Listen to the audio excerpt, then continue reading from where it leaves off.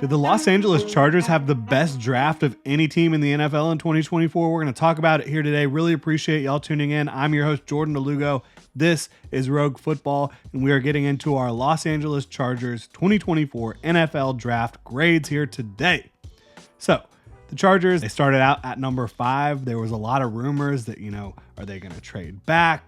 Are they going to try to acquire more value, more draft capital? That's not what happened. Joe Alt fell to 5 overall, the most talented offensive tackle in this class, one of the blue chip players in this class for me, and they took him, right? Joe Alt, to me, is an A+. I think, obviously, you're going to figure out if he's playing left or right tackle, probably right tackle with Slater already plugged in there at left tackle, entrenched, but you now have bookend tackles that are going to protect Justin Herbert. They're going to help get that run game going. You have a really nice interior offensive line built out as well. This is an A+ pick. Teams, so often they don't want to eat their vegetables. They want to go straight for the candy, the wide receivers, all the fun positions like that. But getting this level of prospect at this spot for a team that was really one tackle away from having a complete offensive line to protect a franchise quarterback, it's awesome. And Joe Alt, he's a great athlete. He has great length. He is fairly new to the position overall. Like, he wasn't playing tackle full time until a couple years ago. Played a lot of tight end in high school. So this is a guy that, even though he hasn't been doing it that long, as only a tackle, he's very technically refined. When you combine the athleticism, the technical refinement, the ability to thrive both in the run game and the pass game, the football pedigree, right? Like, his dad was a great NFL player for a long time on the offensive line for the Kansas City Chiefs. Joe Alt was a home run pick at 5 overall, a franchise reinvigorating type of pick, in my opinion, with Jim Harbaugh coming in here and Joel Ortiz. I mean, he should have been a GM a long time ago, in my opinion. And then at 34, first pick for them in the second round, they go get Ladin Mackinnon, Georgia receiver, a move Z/slot type player, in my opinion, a guy who, he's tough as nails, right? He will block his ass off. He's not the biggest guy in the world, but I think that he can be a decent blocker for you. And you're going to need a block on a Jim Harbaugh team, right? But Ladin Mackinnon, his ability to create separation with his hip fluidity, his foot quickness, and his overall athleticism, like, he is a very, very good athlete, explosive, has great long speed as well. I think Ladin Mackinnon is going to be Justin Herbert's best friend. And yes, you lose a Keenan Allen, you lose a Mike Williams. These were great receivers when on the field for Justin Herbert and these Los Angeles Chargers. But Ladin Mackinnon is going to bring the ability to separate at an extremely high level, both from the slot and as a move Z type of outside receiver. So I think that was a great pick. That's an A for me as well. It's good value. You had receivers coming off the board hot and heavy. I think that getting Ladin Mackinnon to pair with Justin Herbert in this offense makes a ton of sense at 34 overall.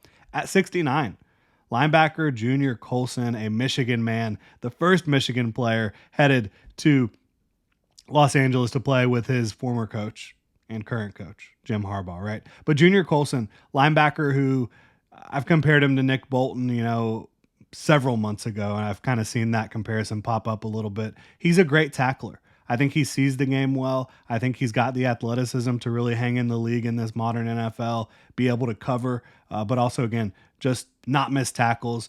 And I think he's going to develop and become one of those linebackers that every team wishes they had. Just consistent, making the right play at the right time. Everywhere you want him to be, Junior Coulson's going to be there, in my opinion. That's another A. At 105, defensive lineman Justin Egboigbe out of Alabama. This one gets a B for me. Good football player. I don't think he has any super overwhelming traits, but he's got the versatility to play the run from pretty much anywhere on the defensive front. And I think he's going to be able to do that for them. I think he's also going to be able to potentially develop more as an interior rusher. We'll see how that plays out, but I think either way, you have a very good rotational player coming in here for you in the 4th round, and a guy that has versatility. So I like that pick a lot. At 137, defensive back, cornerback, Tarheeb Still out of Maryland. I think they see versatility here. I think they see a guy who can do a lot of different things on the defensive side of the ball for them in that defensive secondary. They're seeing some versatility with him. For me, it's a C plus just because I don't know that that's the best value that you could have had at 137 personally, but a guy that they value highly. And I think that he does have a skill set. Like, he's a good run defender. He's decent in coverage. Again, I think they see versatility there. At 140, cornerback Cam Hart, that's a B plus. For me, he was a guy I valued in round 4. They got him in round 5. That's a B plus.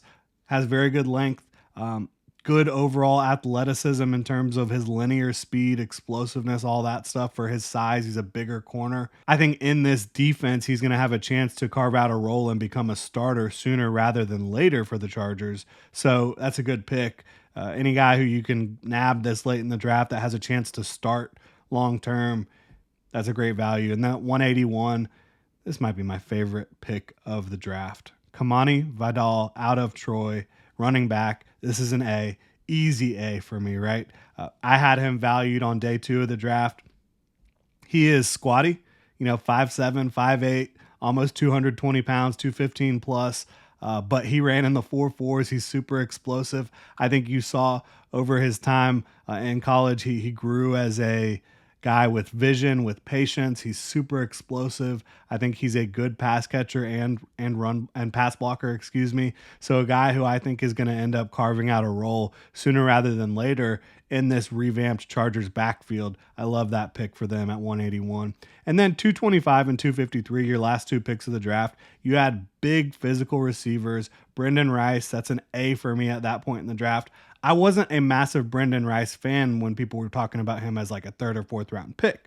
But then you're talking about getting him all the way down, towards the end of the draft. Yeah, I'm a big fan of that because he does have the potential to be a starting or, at very worst, rotational role-playing type outside receiver.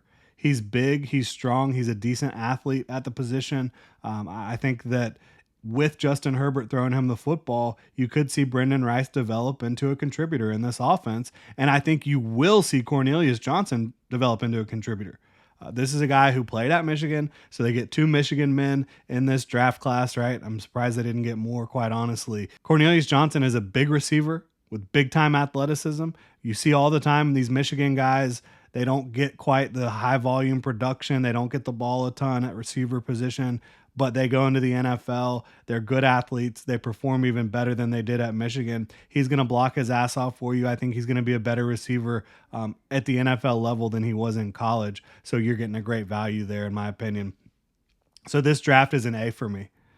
Like, was Tarheeb still the absolute best value at 137 for me? Probably not. Time will tell. I don't think so. That was the only grade there that wasn't like a fantastic grade for me overall. But yeah, outside of that, I'm pretty obsessed with this draft. 6 of the 9 picks got an A for me. There's a clear direction here with this football team. They're going to run the ball. They're going to support Justin Herbert. They're going to play, that Ravens/Michigan defense that has become so in vogue.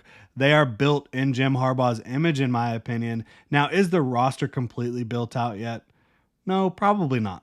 But you have the quarterback, you have the offensive line, you have young receivers, you added DJ Chark as well. Can he stay healthy? I really hope so, because I think the Justin Herbert to DJ Chark connection could be fantastic if he can stay healthy.